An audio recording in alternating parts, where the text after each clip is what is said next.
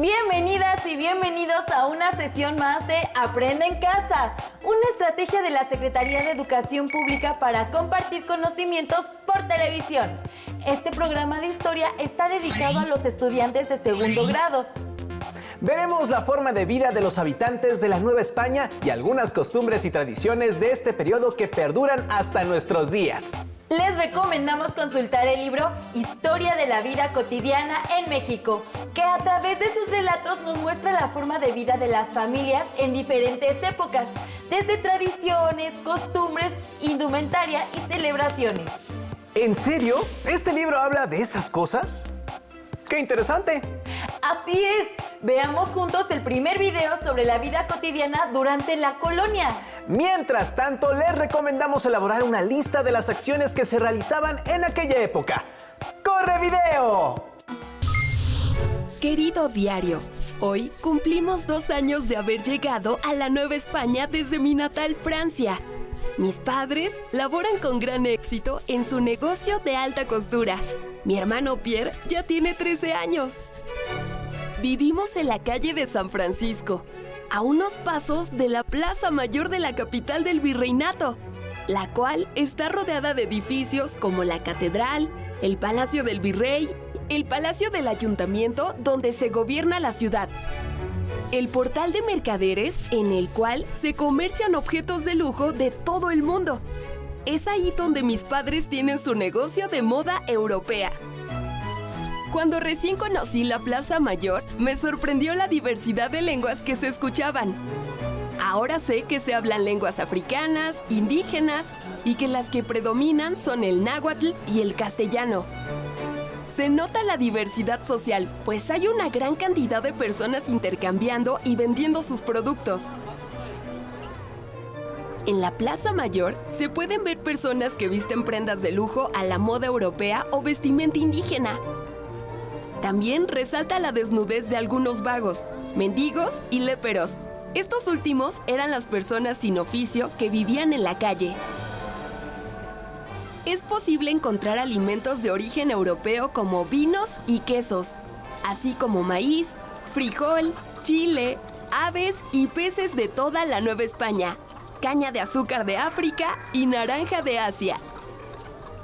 Hoy acompañé a mi padre al portal de mercaderes a hacer diligencias para las telas que manda a traer desde Europa y Asia. En el lugar conoció al comandante de la flota española, don Antonio de Ulloa, para quien, según sus propias palabras, no hay en Europa plaza de ciudad capital que se pueda comparar.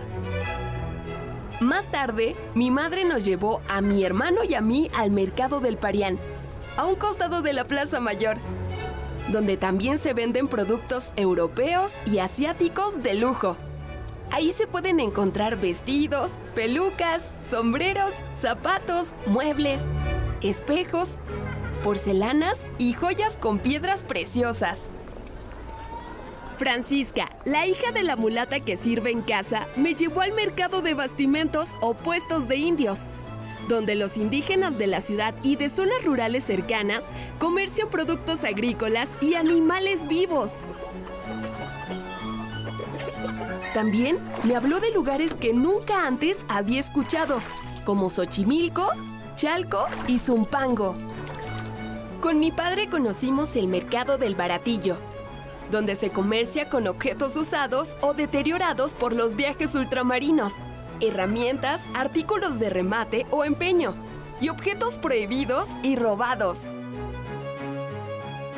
Las plazas públicas son espacios de convivencia e intercambio de todas las clases sociales. En ellas se puede ver a hombres y mujeres fumar tabaco. Algunas mujeres aprovechan las fuentes para lavar la ropa o remojar el maíz para las tortillas. Durante la merienda, mi padre nos platicó que el virrey, conde de Revillagigedo, ordenó limpiar las calles que estaban llenas de basura, castigar con mano dura a ladrones, vagabundos y a los léperos, construir el drenaje y, lo mejor de todo, colocar alumbrado público.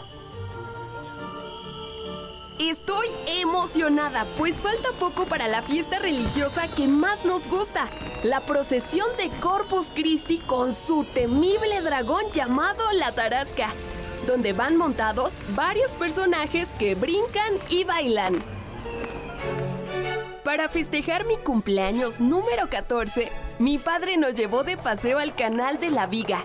Llegamos en carruaje y rentamos una trajinera adornada con flores de amapola y claveles para recorrer el cauce del canal hasta la garita, que es la aduana por donde pasan las mercancías que abastecen a la ciudad.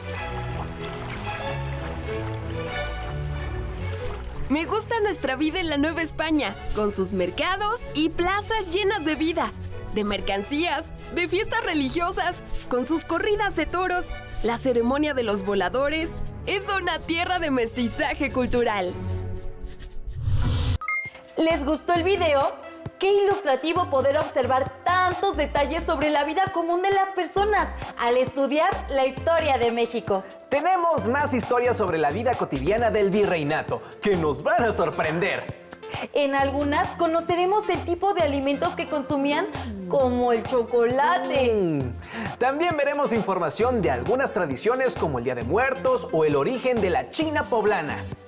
Conoceremos, por ejemplo, cómo era la recolección de basura en las calles del virreinato o las leyes referentes a los baños públicos.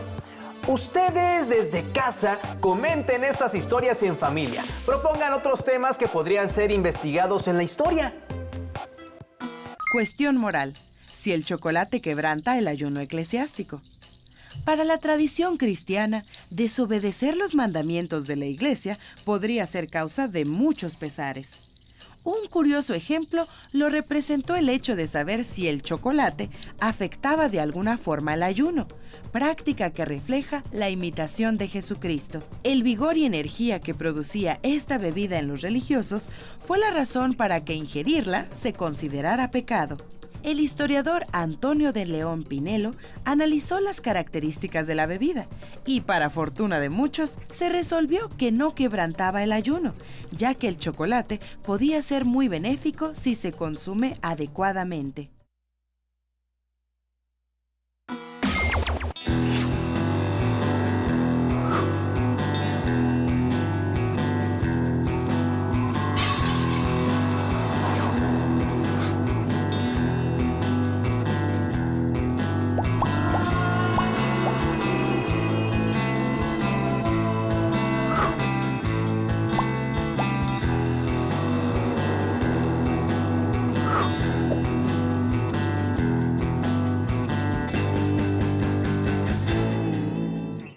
Confesionario Mayor de la Lengua Mexicana y Castellana. Y si alguno dijera que estaba libre de pecado, estaría muy engañado, porque todos somos pecadores y tenemos gran necesidad de penitencia.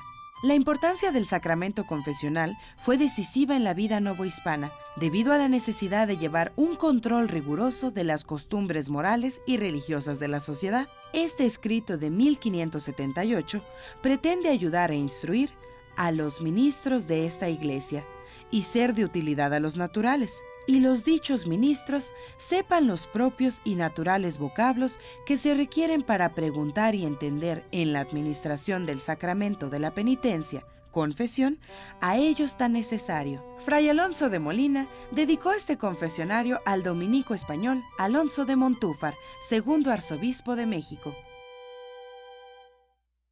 La historia de la China poblana. La China poblana evoca las raíces culturales del México criollo, como la vestimenta, la música y el baile. La historia de este personaje alude a una princesa india llamada Mirra, que al llegar a la Puebla de Los Ángeles fungió como puente cultural entre ambos continentes. Su nombre cristiano fue Catarina de San Juan, luego de conseguir su libertad en América y dedicarse a la contemplación religiosa.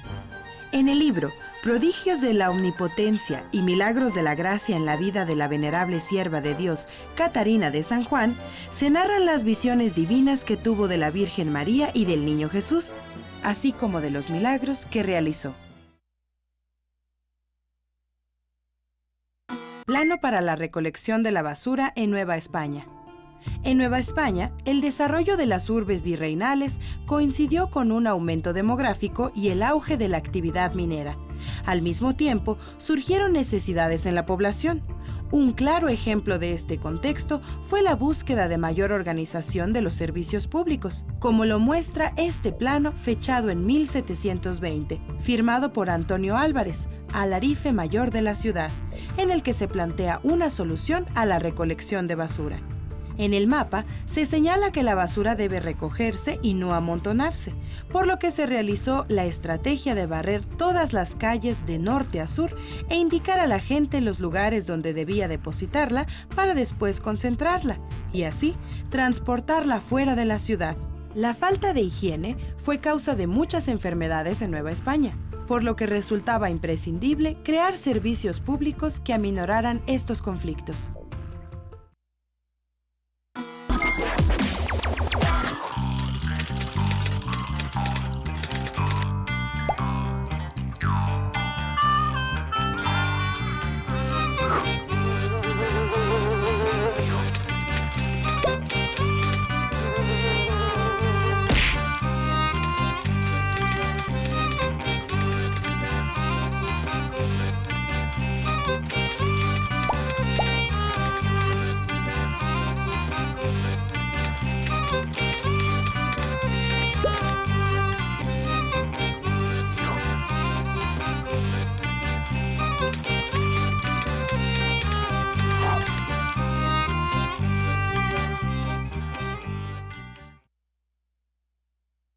Todo esto es muy interesante, saber cómo vestía la gente hace 300 años, cómo festejaban el Día de Muertos o lo que acostumbraban comer en la época del virreinato. Lo que ha ocurrido a nuestros antepasados es importante. Por eso existe la asignatura de historia. Conocer nuestro pasado sirve para tener identidad como mexicanos, ya que forma parte de la memoria de un pueblo, y esto nos sirve para saber sobre nuestro origen. Después de ver el siguiente audiovisual, escriban en su cuaderno los aportes que se dieron durante la época virreinal y perduran en la actualidad. Para saber más sobre este periodo de la historia de México, te invitamos a leer el libro Virreinato de Nueva España, escrito por Alberto Sarmiento. En él encontrarás aspectos de la vida cotidiana, el arte y la ciencia novohispanas. Búscalo en la biblioteca escolar. Bueno, a partir de la independencia se generó una idea muy negativa alrededor de la época colonial. Era un periodo en el que había habido explotación, había habido miseria, había habido muchas cosas que para los hombres de la independencia debían terminar. Pero en realidad eso también impidió ver los grandes logros, las grandes cosas que se dieron en la colonia y que siguen marcando nuestra identidad actual, ¿no? Hablar castellano, por ejemplo, tener una religión católica, el tener una serie de tradiciones, nuestras comidas son comidas todas surgidas en el periodo de mestizaje, ¿no? Son comidas mestizas. Los trajes que llamamos regionales son trajes gestados en esta época. Nuestra música tradicional es una música con instrumentos europeos e indígenas, una música que ha mezclado elementos africanos, asiáticos, europeos y americanos. Todo esto forma parte de una identidad actual de México, ¿no? El rescate del mundo indígena ya lo hicieron los criollos del siglo XVII y dieron a este país una valorización de este pasado prehispánico tan rico que nos hace diferentes a los otros pueblos occidentales, ¿no? Es lo que nos da nuestra peculiaridad. Todo esto se descubrió en el periodo virreinal, este periodo aparentemente oscuro en el que no pasó nada, ¿no?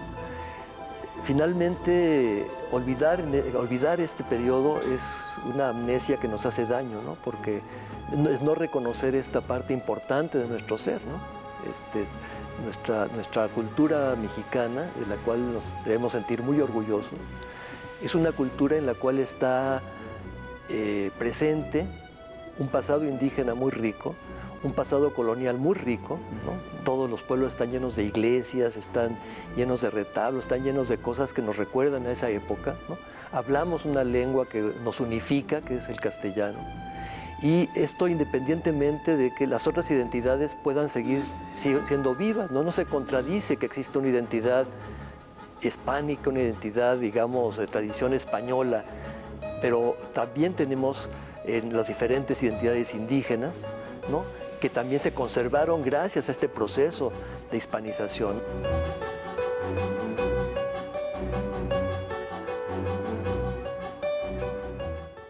Nueva España tuvo gran importancia para los criollos y mestizos, ya que era su tierra llena de belleza y riquezas naturales.